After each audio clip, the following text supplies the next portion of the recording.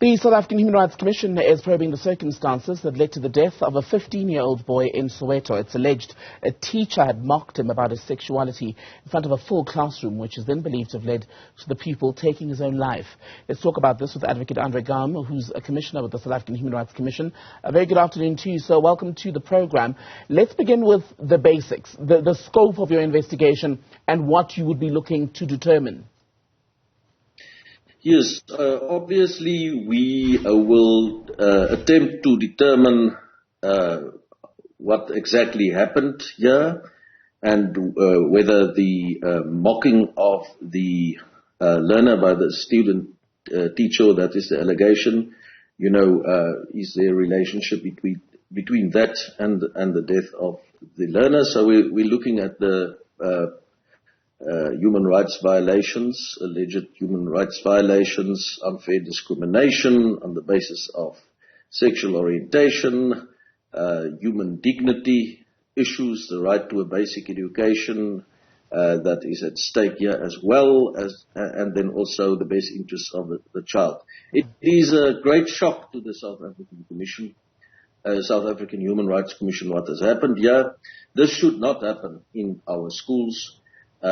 Teachers should most definitely, first of all, through life orientation, make sure that learners, are taught that diversity is a very important value also in our Constitution, and that unfair discrimination on any of those prohibited grounds in Section 9 of the Constitution is totally prohibited. But not only prohibited, it's also a matter of prejudices that really needs to be addressed here. So in terms of going forward as well, the Commission has had engagements already with the Department of Basic Education. We believe that diversity education should become part of the curriculum.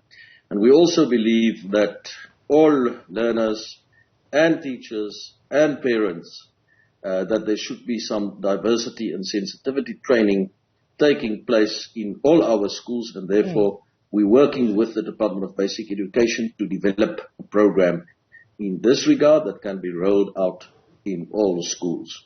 And if indeed a link is drawn and confirmed between the death of this 15-year-old and the mocking by the teacher allegedly in a classroom, how far are you empowered to go in what you are able to report and then recommend as a way forward?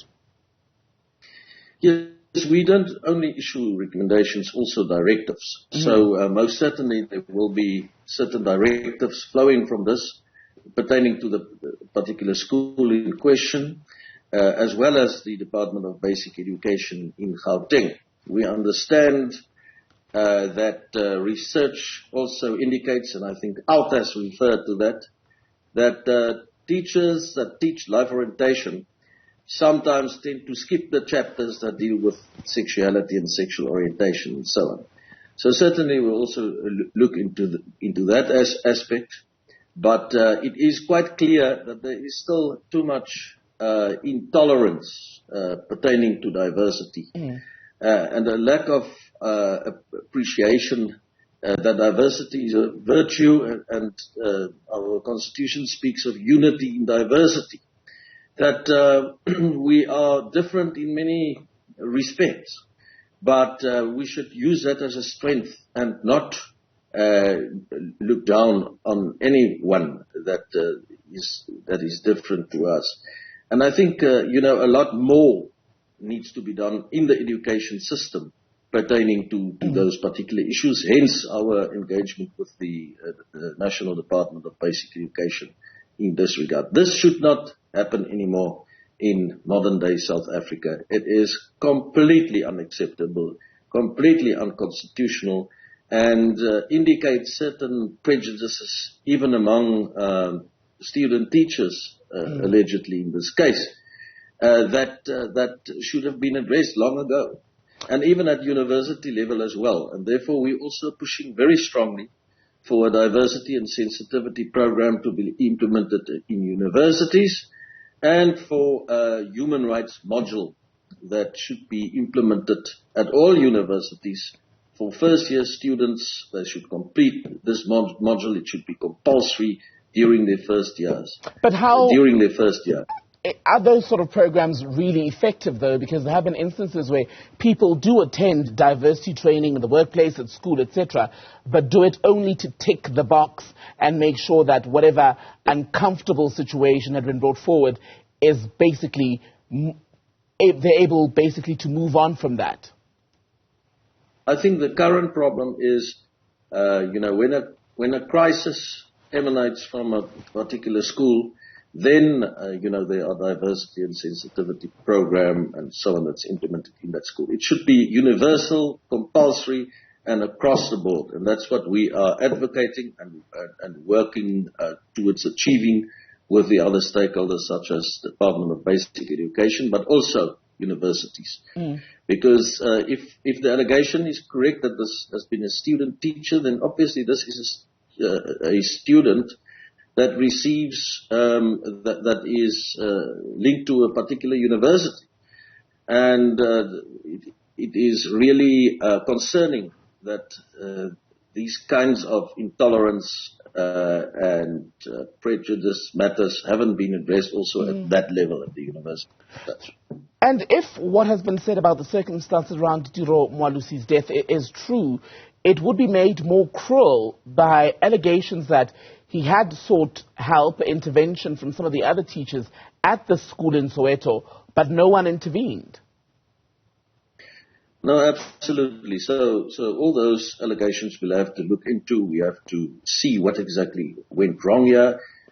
We must understand that children go to schools and it becomes a huge part of their lives. And if there is intolerance on a prohibited ground against them in terms of their sexuality, race, whatever the case may be, and they feel left out, it applies immense pressure on learners. And what has allegedly happened here is clearly not in the best interest of the child, which is supposed to be paramount as our Constitution states. So now we'll look into all these different aspects and then come up with very clear recommendations and directives. And we're talking here about the mocking of a boy for his sexuality, but I would imagine that abuse or discrimination based on one's sexual orientation, sexuality, sexual identity is in fact more likely to be underreported in the school environment.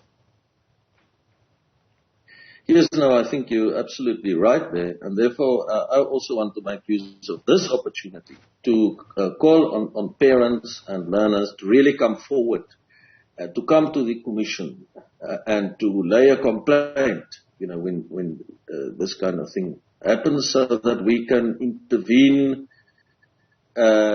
immediately and prevent tragedies of this nature from happening. Gaum with South African Human Rights Commission. Good to have your time, Advocate. Thank you.